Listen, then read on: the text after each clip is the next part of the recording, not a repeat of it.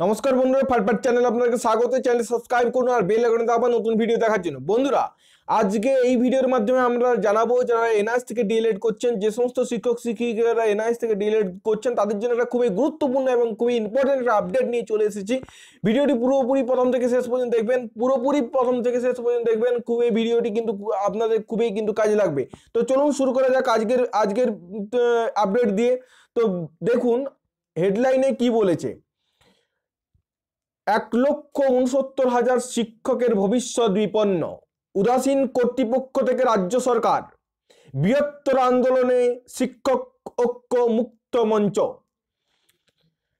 পুরো খবর আপনারা পড়ব। রাজ্যের প্রাথমিক শিক্ষকদের এক বৃহৎ অংশের অভিযোগ, national institute of open schooling বা এনআইএস কর্তৃপক্ষ অমানবিক ও অনৈতিক সিদ্ধান্তে বর্তমানে রাজ্যের 1,69,000 প্রাথমিক, এসএসকে, এমএসকে ও বেসরকারি চাকুরিরত শিক্ষক শিক্ষিকাদের জীবন জীবিকা আজ বিপন্ন। প্রসঙ্গত, গত 20 এবং 21 ডিসেম্বর ডিএলএড পরীক্ষার 506 এবং 507 পেপারের পরীক্ষা দুটি প্রশ্নপত্র ফাঁসের কারণে শুধুমাত্র পশ্চিমবঙ্গের শিক্ষকদের জন্য বাতিল ঘোষণা করা হয়। আর এখনোই রাজ্যের শিক্ষক মহলের প্রশ্ন, সর্বভারতীয় পরীক্ষা হওয়া সত্ত্বেও অন্য রাজ্যে তা বাতিল না করে কেবলমাত্র বাংলাতে তা বাতিল করা হলো কেন? এই ঘোষণা তো আখের বাংলার শিক্ষকদের চূড়ান্ত রূপে অপমান করা। কেননা আজকের টেকসেভি যুগে যে কোনো তথ্য বিশ্বের কোনো এক স্থান থেকে আরেক স্থানে পৌঁছে যেতে সময় লাগে মাত্র কয়েক মুহূর্ত। তাছাড়া এই প্রশ্ন ফাঁস তো আর বাংলার শিক্ষকরা করেনি, তাহলে প্রশ্ন ফাঁসের উপযুক্ত তদন্ত করে দোষীদের শাস্তি দেওয়ার পাশাপাশি প্রশ্ন ফাঁস যখন হয়েছে মেনে নিচ্ছেন কর্তৃপক্ষ, তখন পরীক্ষা বাতিল করলে তা সর্বভারতীয় স্তরে করতে হবে। রাজ্যের শিক্ষক মহলে আরো অভিযোগ, এখানেই বাংলার শিক্ষকদের বঞ্চনার শেষ নয়। কেননা কর্তৃপক্ষ অনমনীয় মনোযোগ নিয়ে সিবিএসই বোর্ডের স্কুলগুলিতে বাতিল পরীক্ষাগুলি আবার নেয়ার কৌশলে ব্যবস্থা করেছে।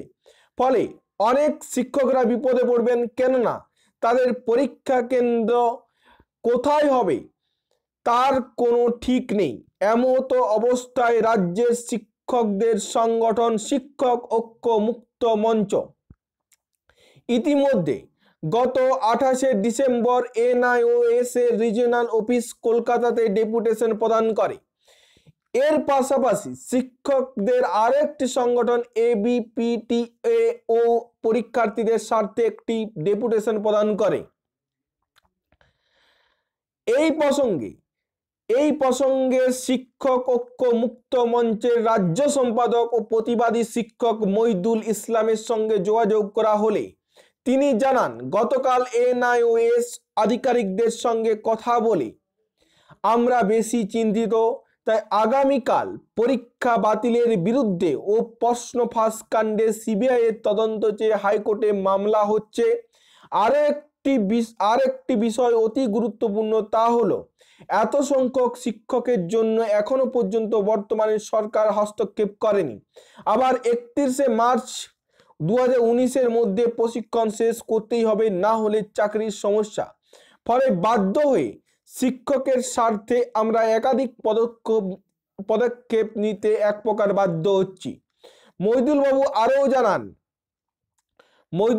আরও জানান, রাজ্যের এই বিপুল সংখ্যক শিক্ষকের বিপন্ন ভবিষ্যৎ সুরক্ষিত করার লক্ষ্যে প্রথমত আগামীকাল কলকাতা হাইকোর্টের সংগঠনের তরফে একটি মামলা দায়ের করা হচ্ছে। দ্বিতীয়ত, আগামী 21 জানুয়ারি সোমবার রাজ্য সরকারের হস্তক্ষেপের দাবিতে রাজ্যের শিক্ষামন্ত্রীর কাছে ডেপুটেশন দিতে বিকাশ ভবন অভিযান করা হবে।